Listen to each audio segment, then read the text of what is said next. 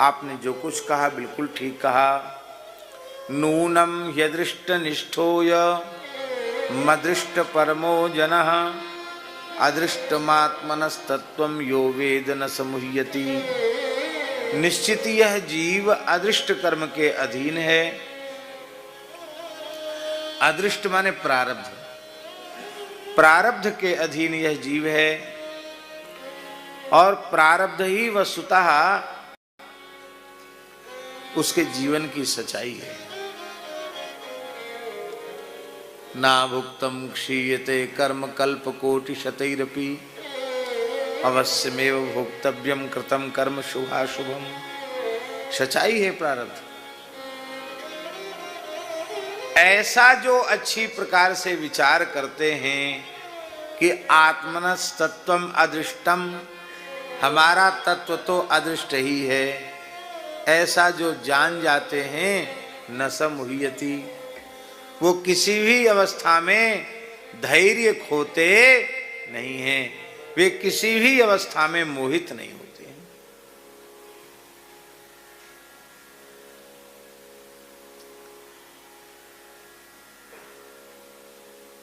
संचित में से प्रारब्ध बना और प्रारब्ध के अनुसार शरीर मिला। शरीर से क्रियमाण कर्म हुए, क्रियमाण कर्म संचित में गए और संचित से फिर प्रारब्ध में आए। ये कर्म की प्रक्रिया है।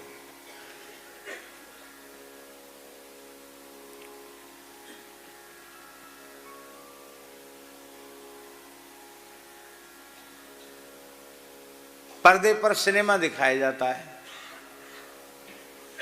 तो सिनेमा में दिखाई जाने वाली जो झांकियां हैं, घटनाएं हैं, क्या वे तात्कालिक होती हैं? तात्कालिक तो नहीं होती। पटकथा, संवाद सब पहले ही लिख दिए जाते हैं, रिहर्सल पहले हो जाता है और उसकी पूरे के पूरी नाटक की कैसेट बन जाती है, रील बन जाती है और रील बन जाने के बाद फिर वो पर्दे पर दिखाई जाती है। ऐसे ही प्रत्येक मनुष्य की प्रारब्ध की रील पहले से बनी बनाई है। आयु कर्म च वित्तं च विद्या निधनमेव च पंचैतानि हि सृज्यन्ते गर्भस्थस्यैव देहिनः।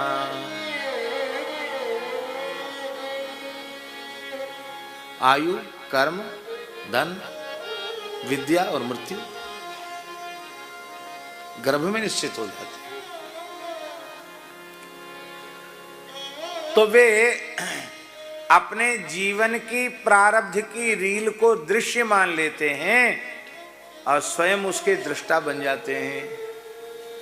इसलिए न समुह्यति, फिर वो मोहित होते नहीं है। अच्छा, एक बात और बतावें,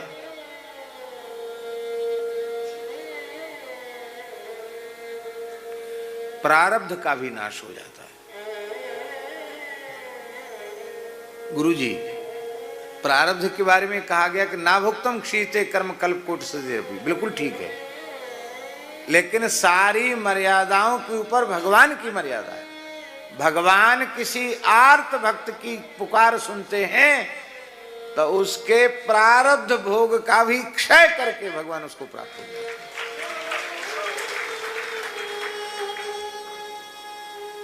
जैसे वीडियो कैसेट देखने वाले लोग जिस दृश्य को देखना चाहते हैं वहां तक पहुंचने के लिए एक बटन दबा देते हैं, जल्दी जल्दी जल्दी जल्दी जल्दी जल्दी रील चलती है और फिर जहां से उनको देखना होता है वहां फिर बटन दबा देते, तो वहां से बढ़िया से रील चलने लग जाती है। ऐसे ही भगवत प्रपन्न शरणागत भक्तों का रिमोट कंट्रोल ठाकुर जी के हाथ में रहता है। वे देखते हैं बेचारा बहुत कष्ट पा रहा, बहुत दुखी हो रहा है, अब इसको जल्दी अपनी सन्निधि में बुलाना है, तो क्या करें, कैसे करें? बोले प्रारब्ध की रील का ऐसा स्विच दबाते हैं ठाकुर जी कि जल्दी जल्दी जल्दी जल्दी जल्दी जल्दी प्रारब्ध की रील खत्म हो जाती है। ऐसे भी उदाहरण महाराज जी हैं ग्रंथों में कि भक्त के प्रारब्ध का भोग स्वप्न में हो गया, उसे जागृत में होना चाहिए था, स्वप्न में भोग हो गया।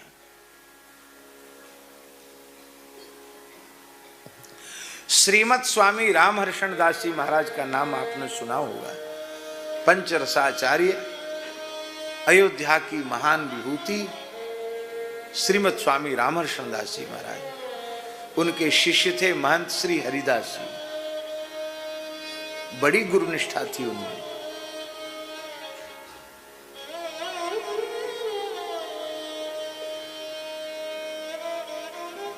अद्भुत गुरुनिष्ठा थी झा जी उनमें।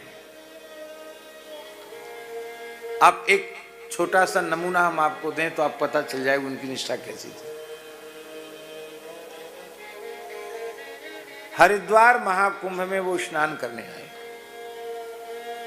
गाड़ी से आए, निजी वाहन से, रात भर चल के दिन भर लंबी यात्रा करके आए और आए थे हरिद्वार में। थोड़ा नींद का झपका आया, उसी में सरकार ने स्वप्न में आकर कहा कि तुम मेरी सेवा छोड़कर कुंभ में पुण्य लेने गए हो, गंगा जी नहाने गए हो, अरे तुमको हमारे पास रहना चाहिए, ऐसा सरकार ने कहा उनको तंद्रावस्था में।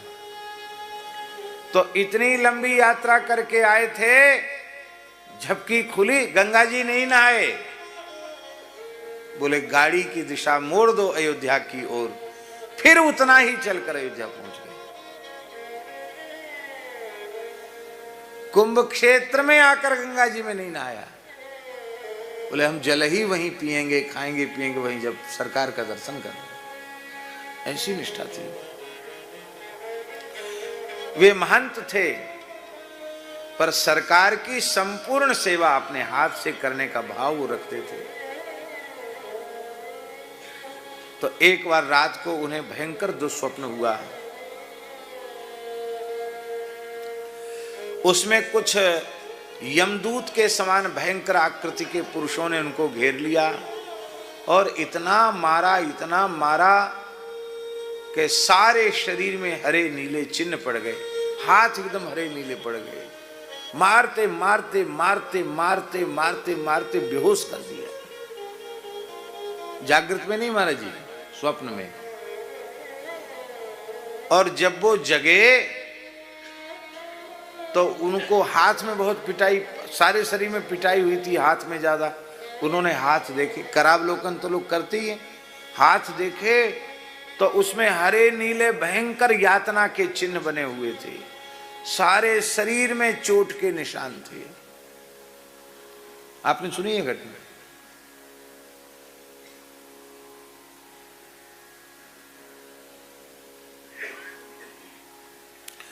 उन्हें बड़ा आश्चर्य हुआ कि स्वप्न को तो मिथ्या कहते हैं और मैंने ये देखा तो सपना क्यों, अपने कमरे में आसन पर सो रहे हैं और ये स्वप्न में जो कुछ घटित हुआ वो देह में घटित दिखाई पड़ रहा है। एकदम घबरा गए, सरकार के चरणों में गए, रोने लगे। श्री हर्षण कुंज सरकार ने कहा, सिर पे हाथ फिराकर कहा, चिंता मत करो, स्वप्न में श्री रघुनाथ जी ने तुम्हारे दुष्प्रारब्ध को काट दिया है। शरीर को इतनी यातना भोगने का दुष्प्रारब्ध था, उसको श्री रघुनाथ जी ने स्वप्न में काट दिया। ये प्रारब्ध को स्वप्न में भगवान नष्ट कर देते हैं, पर ये सुविधा पिताजी जो सामान्य जीव हैं उनके लिए कानून है। क्या कानून है? को न काऊ सुख दुख कर दाता, को न काऊ सुख दुख कर दाता, निज कृत कर्म भोग सब भ्राता, निज कृत कर्म भोग सब भ्राता। ये जो व्यवस्था है ना, ये व्यवस्था जो भगवत शरणागत भक्त नहीं है, केवल कर्म पर विश्वास रखने वाले हैं, उनके लिए ये कानून है। भक्तों के लिए कौन सा कानून है?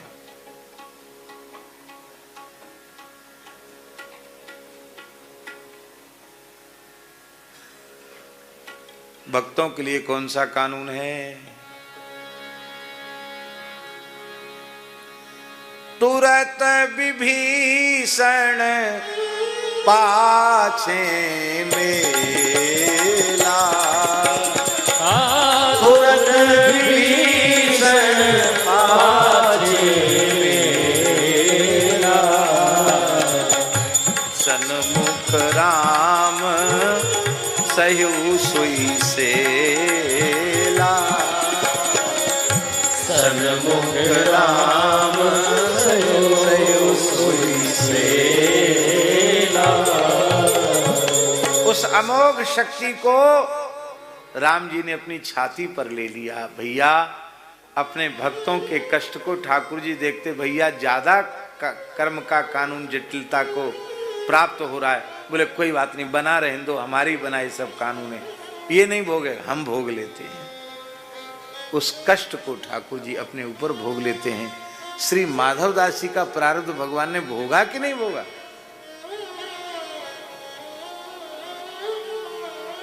हैं?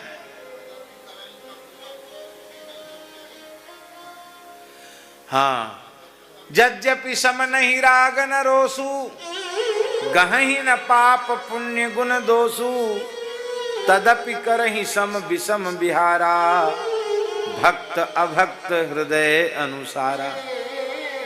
बहुत बढ़िया बात याद दिलाई। और इतना ही नहीं,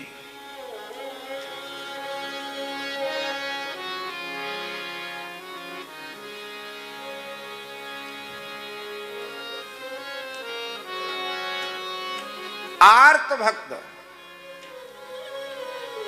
आर्त भक्त, उसका प्रारब्ध भोग बहुत बड़ा है। और भगवान ने देख लिया कि यह इतना आर्त हो रहा है कि इस पर यदि कृपा नहीं की गई तो ये कष्ट झेल नहीं पाएगा, शरीर पर इसकी मृत्यु हो जाएगी।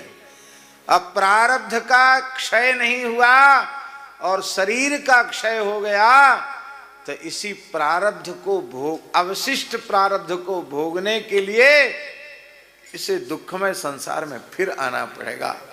मेरा शरणागत होकर फिर संस्कृति के चक्र में पड़े, दुखमय संसार में आवे तो हमारी तो नाक ही कट जाएगी।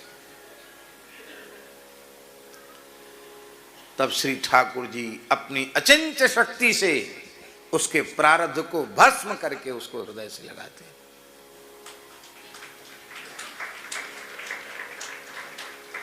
द्रौपदी आर्त होकर कौरवों की सभा में पुकार रही है, श्री कृष्ण द्वारिका वासी, और भगवान कर्म का खाता खोल के बैठ जाएं